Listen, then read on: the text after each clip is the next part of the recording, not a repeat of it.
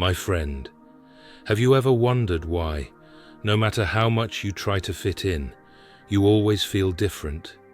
Why do large crowds drain your energy, and why deep down you crave solitude more than constant social interaction? Let me tell you something. This is not by accident. It is by design. You see, when God sets someone apart for a divine purpose, He doesn't call them to blend in with the crowd.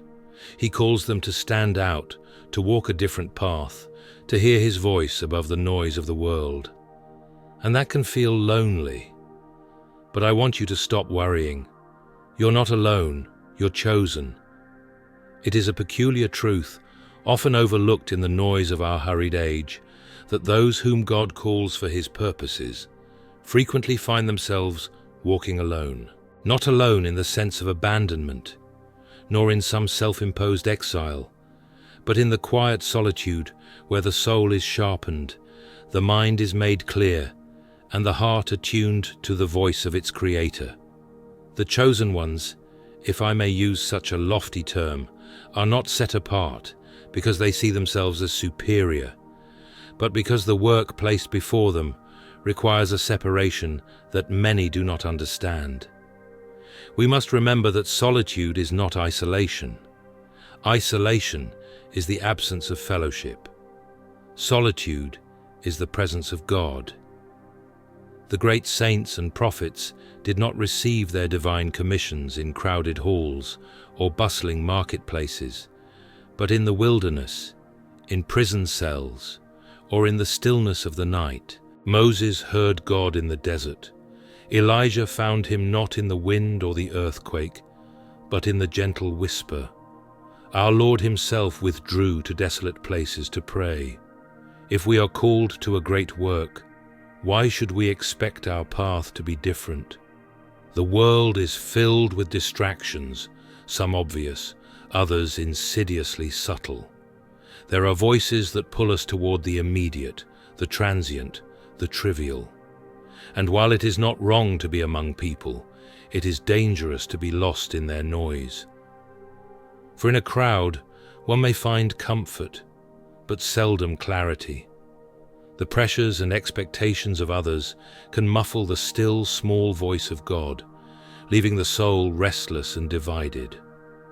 The chosen, therefore, must guard their peace with vigilance, not out of pride, but out of necessity.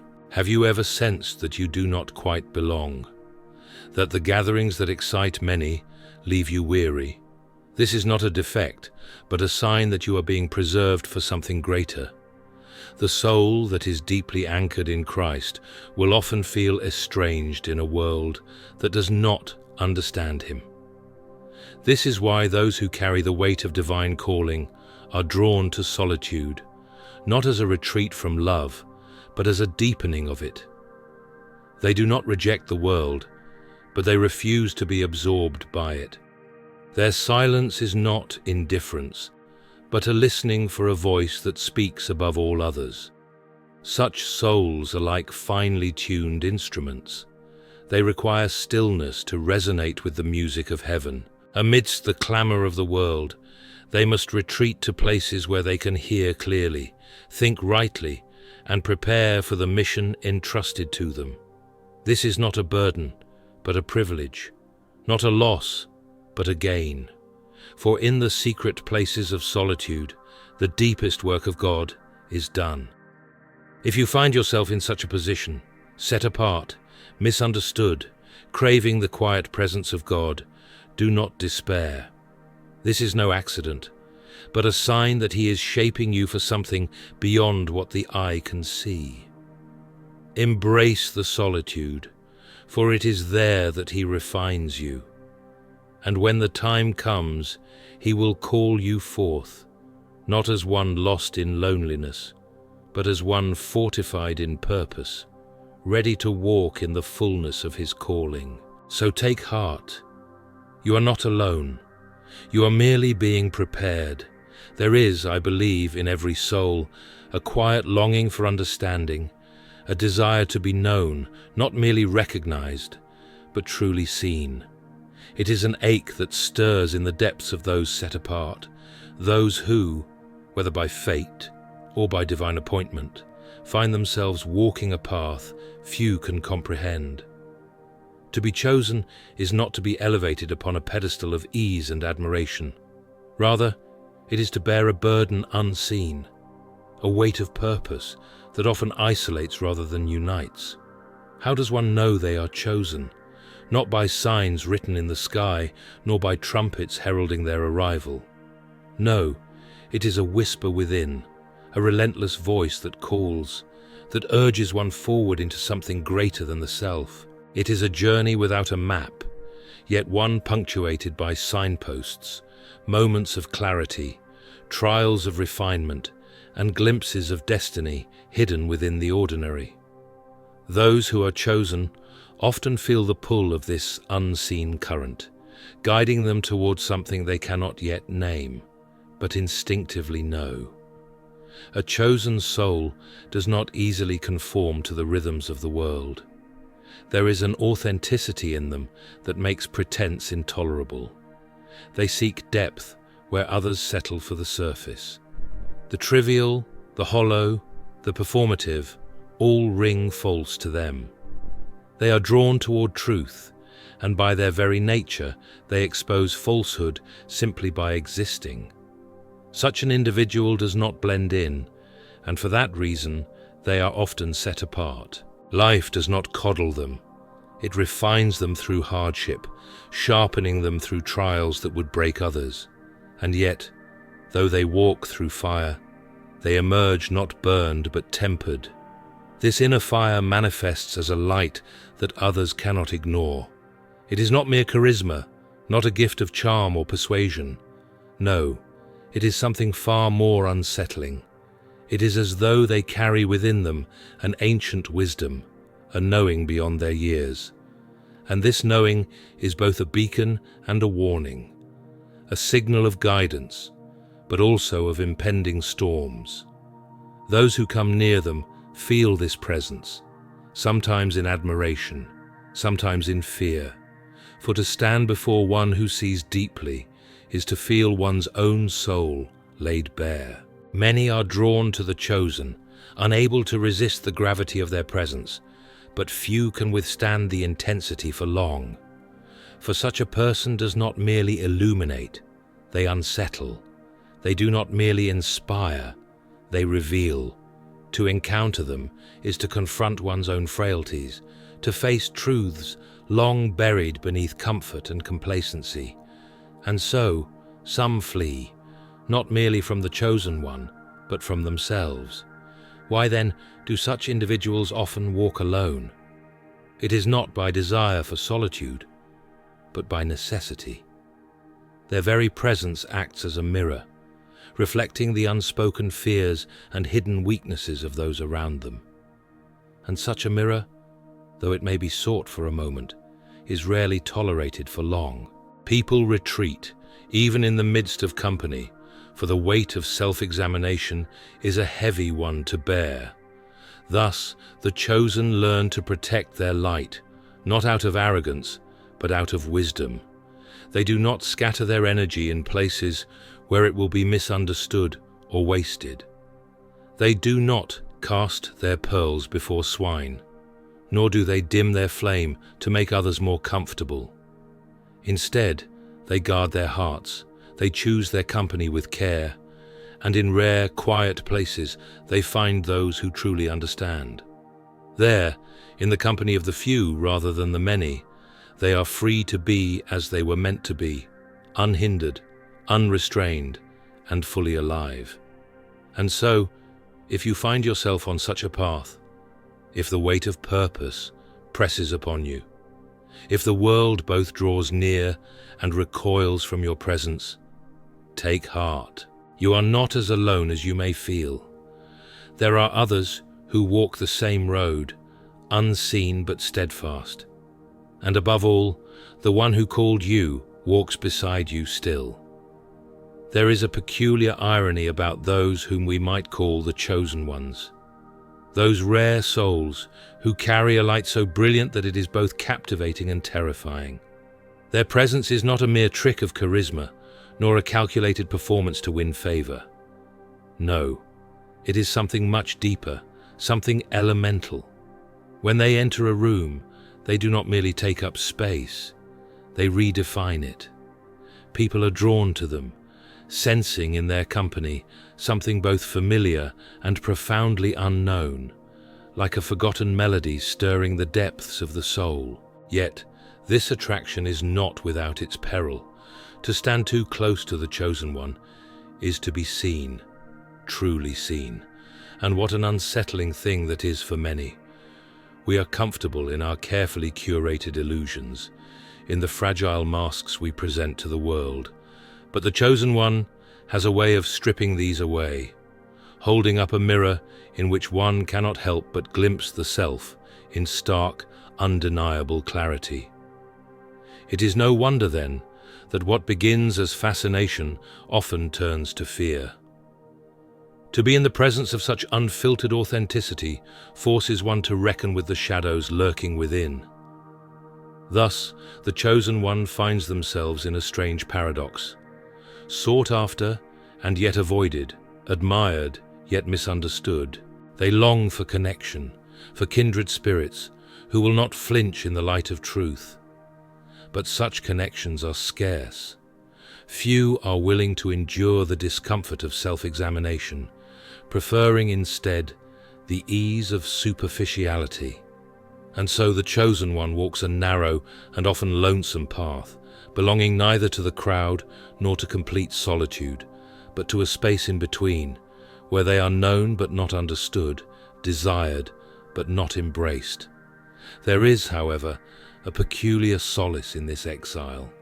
The chosen one is not merely different by accident, but by necessity. Their depth of soul resonates with truths that are not easily perceived, whispers of eternity that go unheard by those who dwell only in the transient. They are seekers of authenticity in a world that rewards pretense. This is why they cannot simply blend in, why they cannot be as others are. Their very existence is a disruption, an unspoken challenge to the comfortable falsehoods that prop up so much of human society. But herein lies the great and silent battle of the chosen one. It is not a war waged with swords or declarations, but with integrity, with unwavering truth. Their mere presence disturbs the waters of deception, forcing people to confront the reality they would rather ignore. And, as history shows, truth is rarely welcomed with open arms. People recoil from it, sometimes with mere avoidance, other times with hostility. The chosen one becomes an unwilling warrior, armored not in steel, but in conviction, wielding not weapons, but the relentless clarity of their own being. This battle is costly. To walk in truth is to walk against the tide, to bear the weight of misunderstanding and rejection. And yet, it is also a calling of great beauty.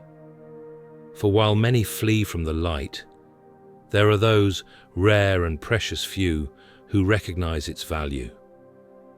These are the ones who will not only endure its brilliance, but will reflect it in return, forming bonds that transcend the ordinary, connections forged in the furnace of authenticity. So the chosen one must accept their role not as a curse, but as a vocation. They are not alone, though they may often feel it. Their struggle is not without purpose, for even in solitude, they stand as beacons, revealing what is hidden, illuminating what is true. They do not seek power, nor do they impose their truth upon others. Rather, they offer an invitation, one that few will accept, but those who do will find themselves transformed. And that, perhaps, is the great secret of the chosen one's journey. They are not merely set apart, they are set ablaze, and those willing to draw near will not be consumed but refined. There exists a peculiar sort of man, one whom the world often misunderstands, and at times rejects altogether. He is not at ease in the marketplace of trivialities, where idle chatter flutters like autumn leaves, devoid of root or substance. He longs for something deeper, a wellspring of meaning in a land parched by shallowness. The world calls such men strange, distant, or difficult, but I prefer to call them the seekers, for their restless hearts will not be satisfied with anything less than the eternal. This dissonance they feel with society is not mere sentiment. It is a profound and almost physical incompatibility. Imagine attempting to press the peak of a great mountain into the confines of a small cottage. It cannot be done. The mountain is what it is, grand and immovable, and no amount of adjustment will allow it to fit within walls built for lesser things. So too, these men find no comfort in the narrow rooms of popular opinion. They chafe at the constraints of convention, not because they wish to rebel, but because their souls were never fashioned for such a small space. Yet, here is the great tragedy. Many such men spend their early years attempting to shrink themselves. They stoop their shoulders, quiet their voices, and attempt to feign interest in the pursuits that occupy the multitudes. But it is no use. A man born to seek truth cannot, without violence to his own nature, make peace with a world that has forgotten it. And so, weary and disillusioned, he often withdraws, not out of arrogance, but necessity. Solitude becomes both a sanctuary and a battleground, a place where he wrestles with his thoughts and, if he listens rightly, hears the whisper of something higher. This inner call is no faint murmur. It is a fire shut up in the bones. It urges him forward, not toward the comforts of conformity, but toward the solemn duty of his calling. To betray this purpose would be to betray himself, to exchange the wealth of eternity for the passing currency of mere approval. And so, while others may gather in crowds, he is often found alone, not because he despises companionship, but because his path demands it. He learns to sit with silence, to mine the depths of thought, to carve meaning from the stone of solitude. But let no one mistake solitude for despair. If a man is wise, he will not let his isolation become a prison, but rather a place of preparation. There, he will cultivate the art of self-acceptance, not the self-indulgence of modern sentimentality, but the recognition of his true nature as something God-ordained. He will cease striving to be what he is not, and instead embrace the peculiar weight of his calling. He will learn to see his restless mind, his relentless questioning, and his yearning for truth as gifts rather than burdens. In doing so, he will transform solitude from exile into fortification. However, even the strongest must seek kindred spirits. Though rare, there are others who share the thirst for reality, men and women who have likewise turned away from the bright distractions of the world to walk the quieter road of wisdom.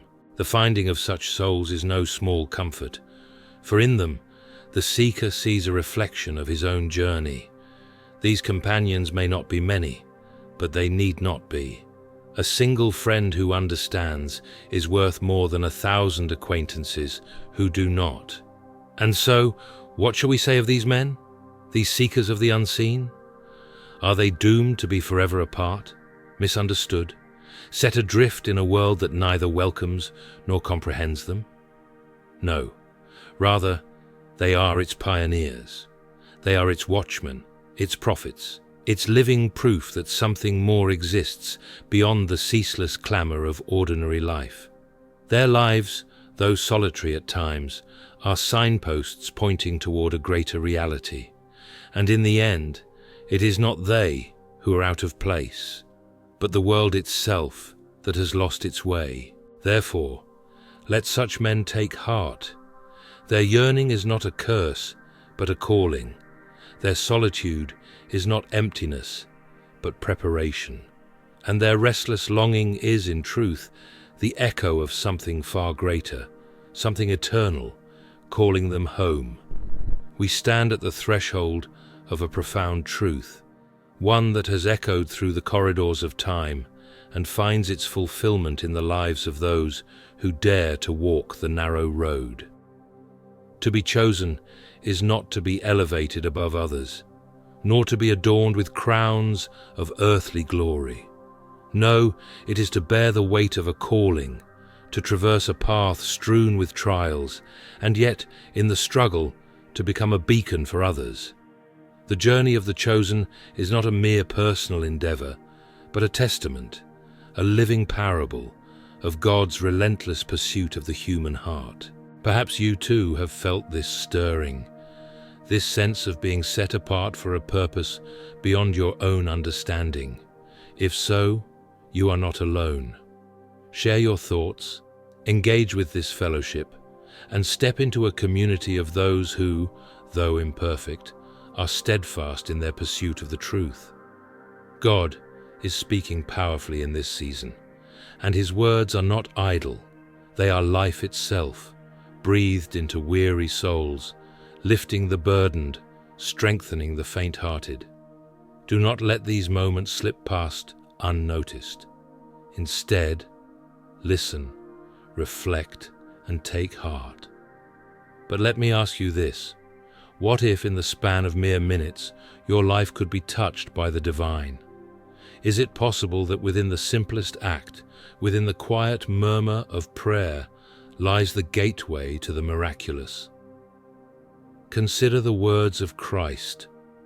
Ask, and it will be given to you. Seek, and you will find. Knock, and the door will be opened to you.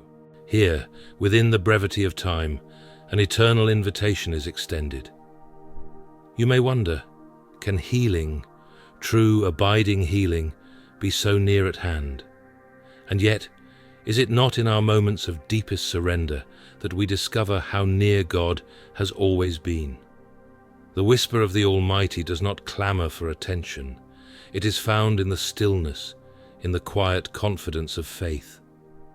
Come to me, He says, all you who are weary and burdened, and I will give you rest. What a promise!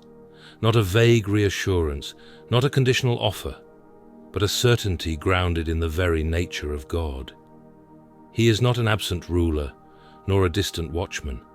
He is the healer, the restorer, the one who gathers His children and says, "Trust in me, and I will make you whole."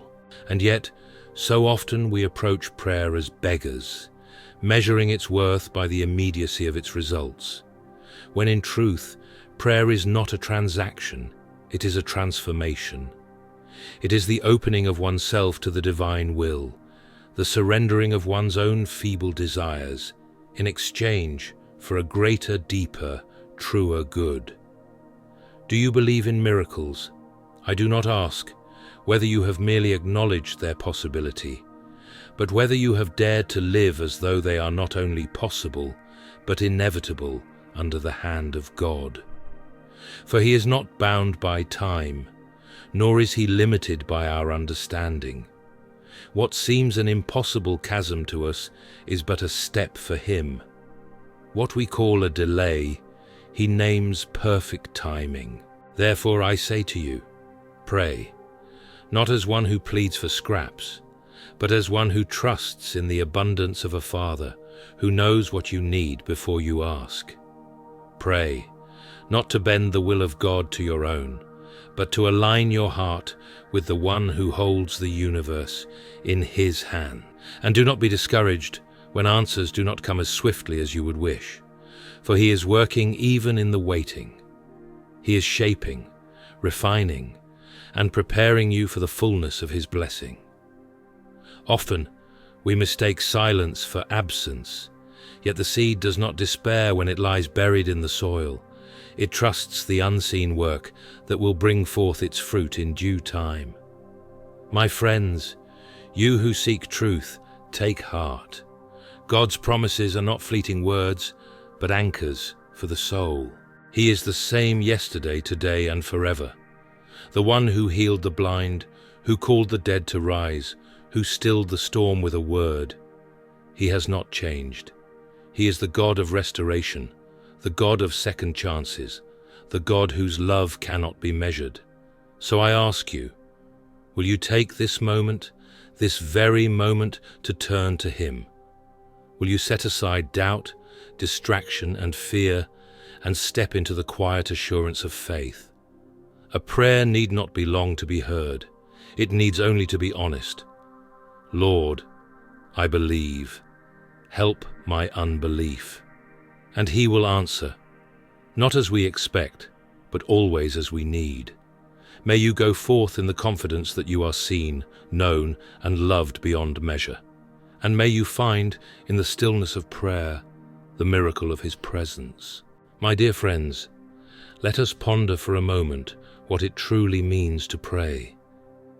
Some imagine prayer as a formal obligation, a ritual to be performed with precision, as if God were some distant monarch who demands carefully worded petitions. But I tell you, this is not so. Prayer is not about eloquence or repetition. It is about an earnest heart that longs for the presence of the divine. It is the soul's humble whisper to its Creator, a conversation rather than a performance.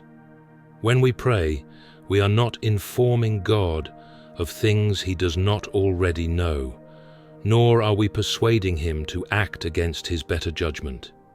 No, prayer is not for God's sake, it is for ours. It is in prayer that we align ourselves with the will of the Almighty, opening our hearts to His love, allowing His strength to flow through us. We become vessels, bearers of His light, and in that light, miracles cease to be strange occurrences. They become the natural order of things. The skeptic may scoff at the idea of miracles, dismissing them as the refuge of the desperate, but I urge you to consider, is it not a greater miracle that the heart, hardened by sorrow, can find peace in the midst of its suffering? Is it not wondrous that the despairing man, upon whispering a simple prayer, can suddenly sense that he is not alone? Some may wonder, can a prayer as short as 2 minutes be of any worth? My dear reader, does the flicker of a candle not pierce the vastness of the night? Does the single drop of rain not nourish the parched earth? Do not measure prayer by its duration, but by its sincerity. The God who created the heavens and the earth does not count minutes. He listens to hearts. Christ Himself taught us this, saying, "Ask, and it will be given to you. Seek, and you will find. Knock, and the door will be opened to you." He placed no condition upon the length of the request, only upon the faith of the one who asks. Yet I must warn you, let not your prayers be only a series of requests, as if the Almighty were some celestial merchant to whom we present a shopping list. God is not moved by demands, but by relationships. If you only turn to Him when you are in need, you will know Him only as a last resort, not as a constant companion. True prayer is not only about asking, but also about gratitude. A heart that gives thanks is a heart that is truly alive, for it sees the blessings that the world often overlooks. Have you ever paused to thank God for the breath in your lungs, for the warmth of the sun, or for the quiet strength that carries you through difficult days? Or are your prayers merely a series of "give me this" and "fix that"? The Lord's voice calls to you even now. Do not be discouraged by your sickness or pain, for I am with you. Trust in me, and I will sustain you. Believe, not in the limitations of this world, but in the boundless power of my love. To some, these words may seem too simple, almost naive. But is it not the childlike heart, the one unburdened by cynicism, that best understands the language of faith? Christ himself said, "Unless you become like little children, you will never enter the kingdom of heaven." To believe in miracles is not to reject reason, but to acknowledge that there are truths beyond what reason alone can grasp. Do not let doubt rob you of the gift of prayer. There is no correct way to pray, no formula to ensure that God hears you. Speak to him as you would to a trusted friend, for that is what he desires most, not your perfection, but your presence. He does not judge your words, he searches your heart.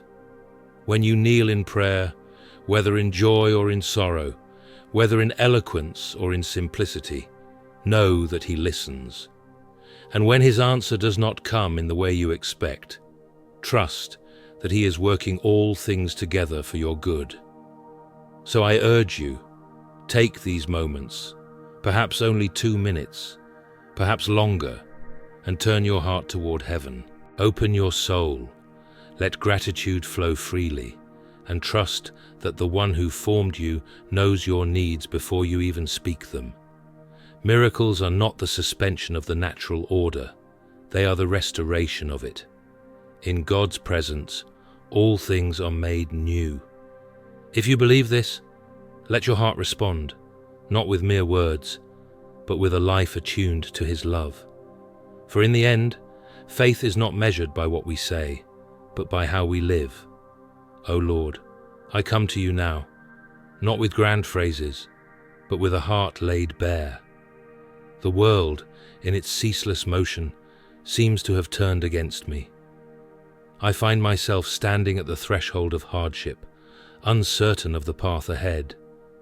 Yet I do not come to you as one without hope. No, I come in the certainty that you are near, that your wisdom far surpasses my understanding, and that no trouble, however great, is beyond your power to redeem. Grant me the wisdom to walk this road well. Too often, I am tempted to lean upon my own understanding, to let my emotions dictate my choices, and to lose sight of the higher road you have set before me. Teach me, Lord, to trust, not in the fleeting comfort of my own plans, but in the steady hand of your divine purpose. If it is your will that I pass through this fire, let me not emerge as one merely scorched by the trial, but as one refined by it, stronger, purer, more attuned to your voice.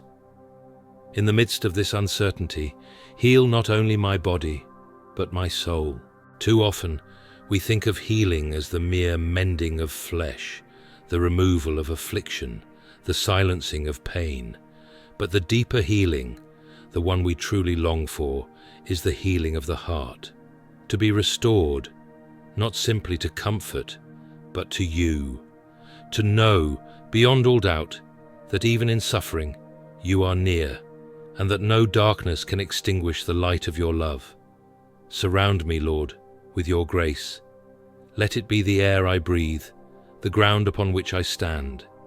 In moments of despair, remind me that no hardship, no sorrow, no earthly trouble can separate me from you.